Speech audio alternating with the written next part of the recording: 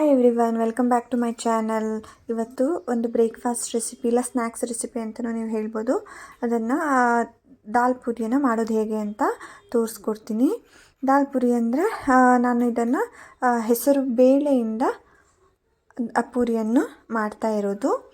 ಮಾಡೋದು ಹೇಗೆ ಅಂತ ತೋರಿಸ್ಕೊಡ್ತೀನಿ. ಮೊದಲಿಗೆ ನಾನಿಲ್ಲಿ ಹೆಸರು ಬೇಳೆಯನ್ನು 1 ಕಪ್ ಆಗುವಷ್ಟು ಹೆಸರು ಬೇಳೆಯನ್ನು ತೊಗೊಂಡಿದ್ದೀನಿ. ಇದನ್ನು ವಾಶ್ ಮಾಡಿ ಇದನ್ನು ನೆನೆಸಿಡಬೇಕು. ನಾನು ಇದನ್ನು ಓವರ್ನೈಟು ನೆನೆಸಿಡ್ತಾ ಇದ್ದೇನೆ. ಇದನ್ನು ನೀವು ಒಂದು 3 ಅವರ್ಸು ನೆನೆಸಿಟ್ರೂ ಸಾಕಾಗುತ್ತೆ. ನಾನು ಇದನ್ನು ರಾತ್ರಿ ಇಡೀ ನೆನೆಸಿಟ್ಟಿದ್ದೀನಿ. ಮಾರ್ನಿಂಗ್ ನೋಡಿ ಈ ಥರ ಚೆನ್ನಾಗಿ ನೆಂದಿದೆ. ನಾನು ಇದನ್ನು ನೀರನ್ನು ಒಂದು ಸಲ ವಾಶ್ ಮಾಡಿ ತೆಗಿತಾ ಇದ್ದೇನೆ. ನೀರು ತೆಗೆದಂತಹ ಬೇಳೆನ ಮಿಕ್ಸಿ ಜಾರಿಗೆ ಹಾಕ್ಕೊಳ್ತಾ ಇದ್ದೇನೆ. ಮಿಕ್ಸಿ ಜಾರಿಗೆ ಹಾಕ್ಕೊಂಡ್ಬಿಟ್ಟು ಸ್ವಲ್ಪ ನೀರನ್ನು ಹಾಕಿಬಿಟ್ಟು ನುಣ್ಣಗೆ ರುಬ್ಕೊಂಡು ಬರಬೇಕು. ನೋಡಿ ಎಷ್ಟು ಚೆನ್ನಾಗಿ ನುಣ್ಣಗೆ ರುಬ್ಕೊಂಡು ಬಂದಿದ್ದೀನಿ. ಬೇಳೆ ಏನೂ ಇಲ್ಲ, ಅಷ್ಟು ನುಣ್ಣಗೆ ರುಬ್ಕೊಳ್ಬೇಕು. ಇಲ್ಲಾಂದರೆ ಪೂರಿ ಮಾಡುವಾಗ ಹರಿದು ಹೋಗಿ ಅದೇನೋ ಆಗಿಬಿಡತ್ತೆ. ನಾನು ಈ ಬ್ಯಾಟರ್ನ ಒಂದು ಪಾತ್ರೆಗೆ ಹಾಕ್ಕೊಳ್ತಾ ಇದ್ದೇನೆ. ಹಾಗೆ ನಾನಿಲ್ಲಿ ಒಂದು ಪಾತ್ರೆಗೆ ಸ್ವಲ್ಪ ತುಪ್ಪವನ್ನು ಹಾಕಿ ಮೆಂತ್ಯ ಸೊಪ್ಪನ್ನು ಹಾಕ್ಕೊಳ್ತಾ ಇದ್ದೇನೆ.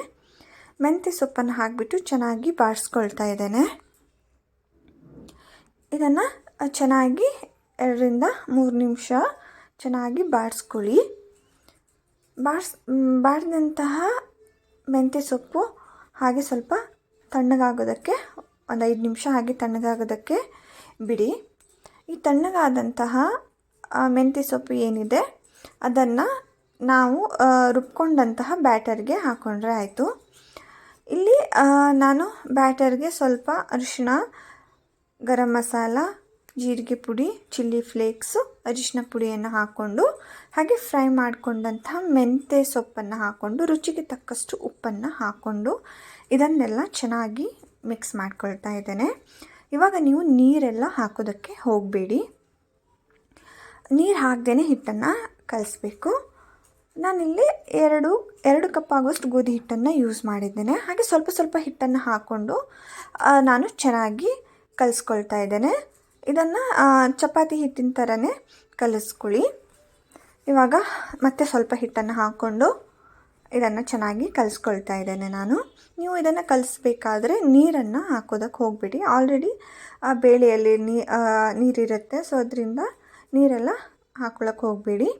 ನೋಡಿ ನಾನು ಹಿಟ್ಟು ಕಲಸಾಗಿದೆ. ಇವಾಗ ಕಲಸಿದಂಥ ಹಿಟ್ಟಿಗೆ ನಾನು ಮೇಲ್ಗಡೆ 1 ಚಮಚ ಎಣ್ಣೆಯನ್ನು ಹಾಕಿಬಿಟ್ಟು ಇನ್ನೊಂದು ಸಲ ಚೆನ್ನಾಗಿ ಹಿಟ್ಟನ್ನು ನಾದ್ಕೊಳ್ತಾ ಇದ್ದೇನೆ.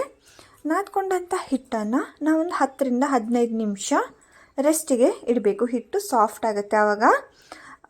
ಸೊ ಇದನ್ನು ಸ್ವಲ್ಪ ಮುಚ್ಚಿಡಿ. ಒಂದು 10 ನಿಮಿಷ ಇದನ್ನು ಮುಚ್ಚಿಟ್ಬಿಡಿ. 10 ನಿಮಿಷ ಆದಮೇಲೆ ಹಿಟ್ಟು ನೋಡಿ ಎಷ್ಟು ಸಾಫ್ಟ್ ಆಗಿದೆ ಅಂತ. ಇದನ್ನು ಇನ್ನೊಂದು ಸಲ ಚೆನ್ನಾಗಿ ನಾದ್ಕೊಳ್ತಾ ಇದ್ದೇನೆ. ಇವಾಗ ಈ ಹಿಟ್ಟನ್ನು ನಾವು ಚಿಕ್ಕ ಉಂಡೆಗಳನ್ನಾಗಿ ಮಾಡ್ಕೊಳ್ಳೋಣ.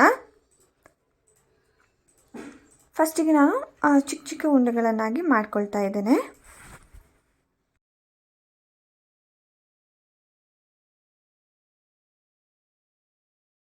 ಇವಾಗ ಎಲ್ಲ ಉಂಡೆಗಳು ರೆಡಿಯಾಗಿದೆ.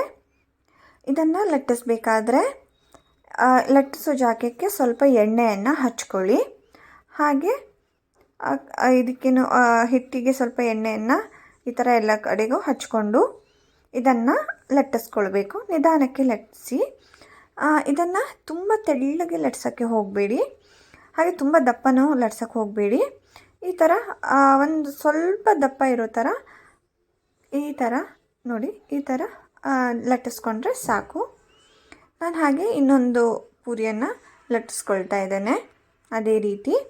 ಇವಾಗ ಎಲ್ಲ ಪೂರಿಗಳು ರೆಡಿಯಾಗಿದೆ. ನಾನು ಗ್ಯಾಸ್ ಮೇಲೆ ಎಣ್ಣೆಯನ್ನು ಬಿಸಿ ಮಾಡೋದಕ್ಕೂ ಇಟ್ಟಿದ್ದೀನಿ. ಇವಾಗ ಎಣ್ಣೆ ಬಿಸಿ ಆಗಿದೆ. ನಾನು ಪೂರಿ ಬಿಟ್ಟು ತೋರಿಸ್ತೀನಿ. ನೋಡಿ ಪೂರಿ ಬಿಟ್ಟಿದ್ದೀನಿ. ಇವಾಗ ಪೂರಿ ಎಷ್ಟು ಚೆನ್ನಾಗಿ ಉಬ್ಕೊಂಡು ಬರ್ತಾ ಇದೆ ಅಂತ. ಈ ರೀತಿ ಚೆನ್ನಾಗಿ ಉಬ್ಬಿ ಬರಬೇಕು. ಎಲ್ಲ ಪೂರಿಗಳು ಸಹ ಇದೇ ರೀತಿ ಚೆನ್ನಾಗಿ ಉಬ್ಬಿ ಬರುತ್ತೆ. ನಾನು ಇನ್ನೊಂದು ಪೂರಿಯನ್ನು ಸಹ ಇಲ್ಲಿ ತೆಗೆದಿದ್ದೀನಿ. ಈ ರೀತಿ ಎಲ್ಲ ಪೂರಿಗಳು ಸಹ ಇದೇ ಥರ ಉಬ್ಬಿನೇ ಬರುತ್ತೆ. ನೀವು ಸಹ ಇದನ್ನು ಒಂದು ಸಲ ಖಂಡಿತ ಟ್ರೈ ಮಾಡಿ. ಮಕ್ಕಳಿಗೂ ಸಹ ತುಂಬಾ ಇಷ್ಟ ಆಗುತ್ತೆ. ಮಕ್ಕಳು ಸಹ ತುಂಬ ಇಷ್ಟಪಟ್ಟು ತಿಂತಾರೆ. ನೀವು ಸಹ ಈ ಥರ ಬೇಳೆ ಪೂರಿ ಒಂದು ಸಲ ಟ್ರೈ ಮಾಡಿ ಬಂದು ನನಗೆ ಕಮೆಂಟ್ಸ್ ಮಾಡಿ. ಇವಾಗ ದಾಲ್ ಪೂರಿ ರೆಡಿಯಾಗಿದೆ. Thank you for watching. ಹಾಗೆ ಇದನ್ನು ನೀವು ಚಟ್ನಿ ಜೊತೆ ಇಲ್ಲ ಯಾವುದಾದ್ರೂ ವೆಜಿಟೇಬಲ್ಸ್ ಸಾಗು ಜೊತೆ ಸರ್ವ್ ಮಾಡಬಹುದು. ಇವಾಗ ಎಲ್ಲ ಪೂರಿಗಳನ್ನು ಸಹ ನಾನು ನಿಮಗೆ ಬೇಕಾದರೆ ತೋರಿಸ್ತೀನಿ ನೋಡಿ. ಎಲ್ಲನೂ ಉಬ್ಬಿನೇ ಇದೆ. Thank you for watching. Please subscribe to my channel. Thank you.